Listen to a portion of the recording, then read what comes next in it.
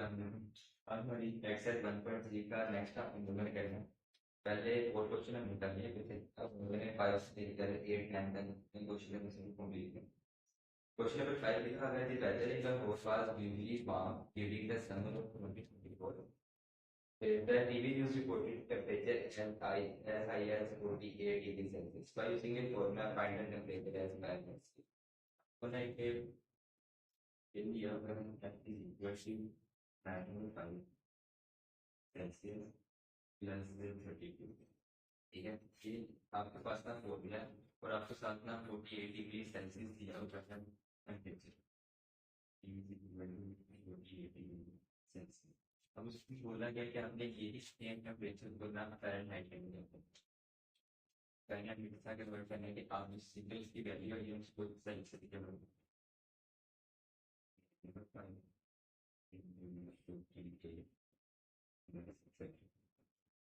ठीक है। उसके बाद मैंने आपको इनको मल्टीप्लाई करेंगे और ये वैल्यू मुझसे अगर चेक करें तो आपके पास ओवरऑल टेम्परेचर जो होगा फ़ारेनहाइट में कन्वर्ट। Then मेरे पास क्वेश्चन नंबर 6 है। क्वेश्चन नंबर 6 में लिखा हुआ है the sum of the ages of the father and son is 72 years. 6 years ago, the father's age was 2 times the age of the son. What was son's age 6 years ago? Let's suppose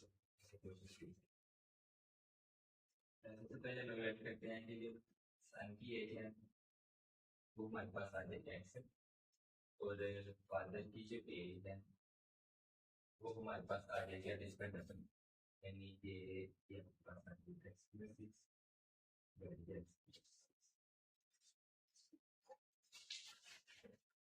sir कहना क्या है कि बोला गया कि सन और father की as है उसका जब हम लोग काम करते हैं तो हमारे पास आता है 2 इयर्स। ये let's suppose the son plus father,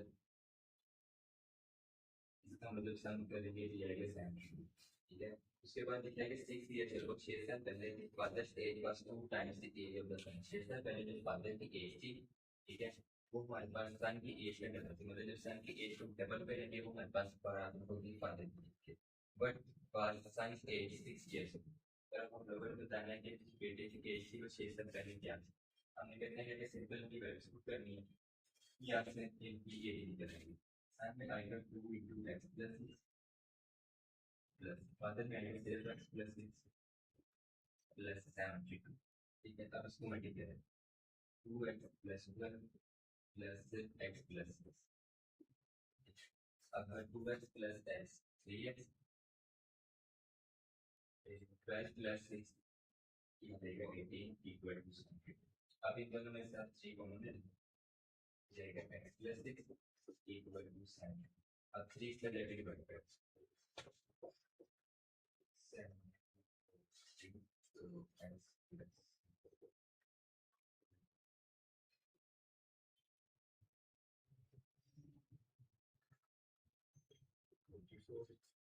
उसके बाद x plus 6 times उसको जाके minus x is equal to 24 minus 6, ये इसकी वैल्यू होगी आपके पास 18। तो जो sin की एज की या 6 साल पहले वो होगी 18। अब इसमें आपने 6 प्लस नहीं करना क्योंकि इसमें बोला पहले थी 6 साल की, लेकिन जो कंडीशन थी उसके अंदर उसमें 6 साल बाहर की गलत थी, तो हम लोग जैसे सब्ट्रैक्ट करके निकलेगी आपके पास निकलेगी sin की एज।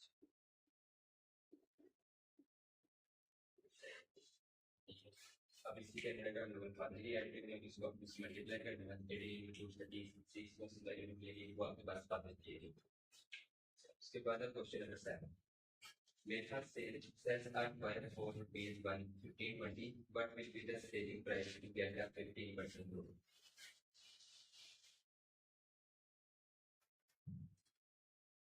मेरा उसमें एक पुस्तक मैंने उसको सेल किया है 1520 में,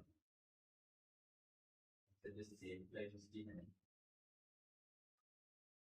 वो है रुपीज 15, ठीक है। What will be the selling price to be get up 15%? अब इसको जो प्रॉफिट हुआ है वो है 15%, ठीक है।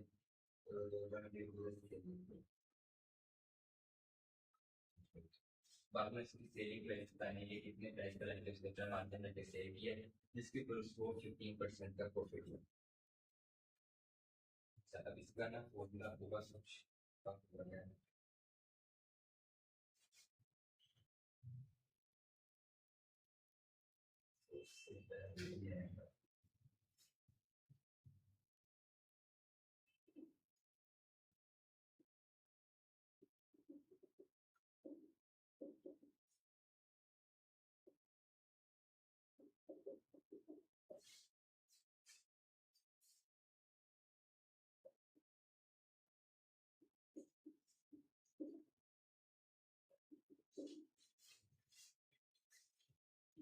आपके पास है प्रॉफिट का क्वेश्चन में आता है, लोगों ने इसका प्रॉफिट निकालने बताना है कि फिर लोग प्रॉफिट निकालने के उस प्रॉफिट को हम किस प्राइस में से माइनस करके पता चले कि उसकी सेलिंग प्राइस क्या है।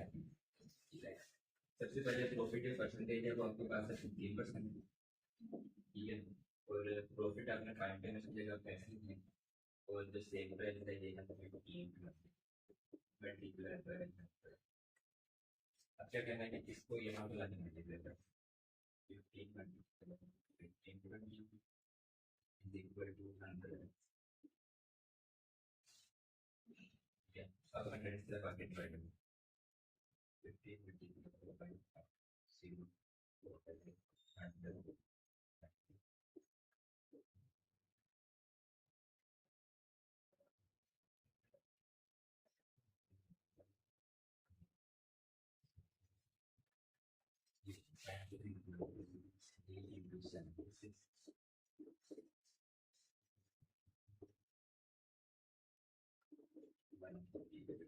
इतना सो प्रॉफिट बस अब हम लोग 15 में सिस्टम माइनस करेंगे तो वो आपका उसकी प्राइस मिलेगी।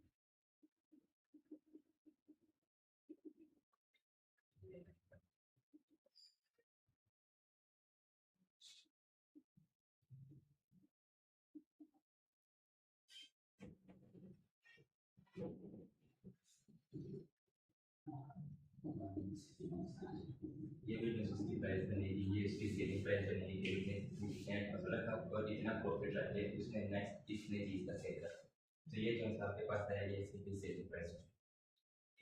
अब इसका क्वेश्चन है, क्वेश्चन नंबर 8 में लिखा हुआ है the annual income of the year is 9,60,000 while the expected amount is 1,30,000. How much tax would he have to pay at the rate of 0.75%?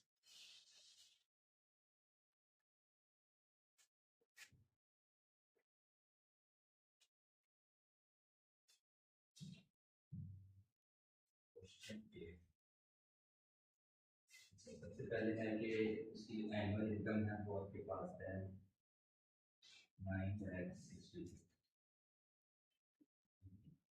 उसके बाद उसके कैपिटल अमाउंट है वो है 1,30,000।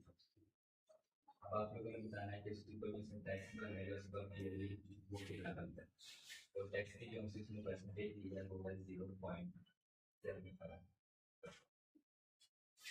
ठीक है, और लोगों ने ये बताया कि सबसे पहले हम लोगों ने इसका फाइंड करना है कि ओवरऑल का सालाना खर्चा है। ठीक है, सालाना खर्चा फाइंड करने के बाद हम लोग इस पॉइंट के साथ इसको मल्टीप्लाई करने के ओवरऑल हम लोग तो सबसे पहले हम लोग करेंगे टोटल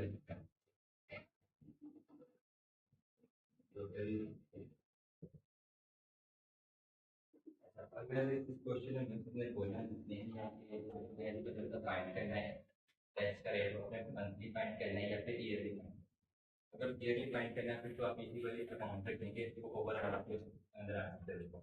लेकिन अगर उसमें क्वेश्चन के अंदर बोला गया हो कि आपने मंथली फाइंड करना है तो आपने जो सिर्फ की एनुअल इनकम होगी ना आपने उसको 12 पे डिवाइड कर देना है, डिवाइड करने के बाद आपके पास जब से अमाउंट रहेगी ना आपके पास पर मंथली आ जाए तो आप फिर उस वजह से मंथली फाइंड करना है। अभी हमारे पास ये है तो हम इसी को ही रखते हैं।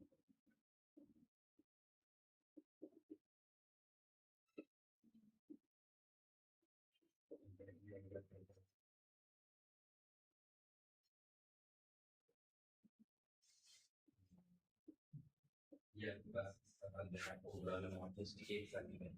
अब टैक्स में रिलेटिव पेमेंट या जितना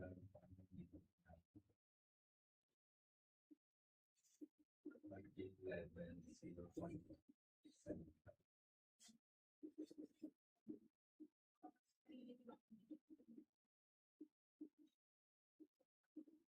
So last term is to multiply with 75 तो जितना आपके पास बनेगा उस काम बनेगा monthly tax sorry yearly tax बनेगा कि वो एक साथ क्या करके कितना टैक्स पे करेगा लास्ट क्वेश्चन है find the compound markup on 3,75,000 for 1 year at the rate of 14% compounded annually.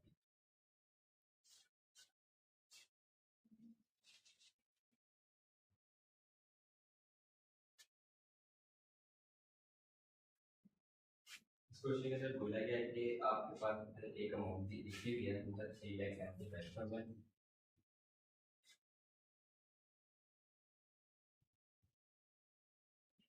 ये अमाउंट है और जो रेट भी पर वन होगा 14%. ठीक हो गया. अब आप लोगों ने बताना है कि इसके ऊपर कितना इसका मार्कअप बनेगा.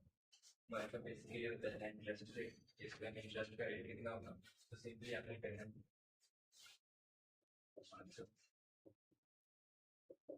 तो आपके पास आएगा रेट को अपने मल्टीप्लाई कर देना है अमाउंट के साथ.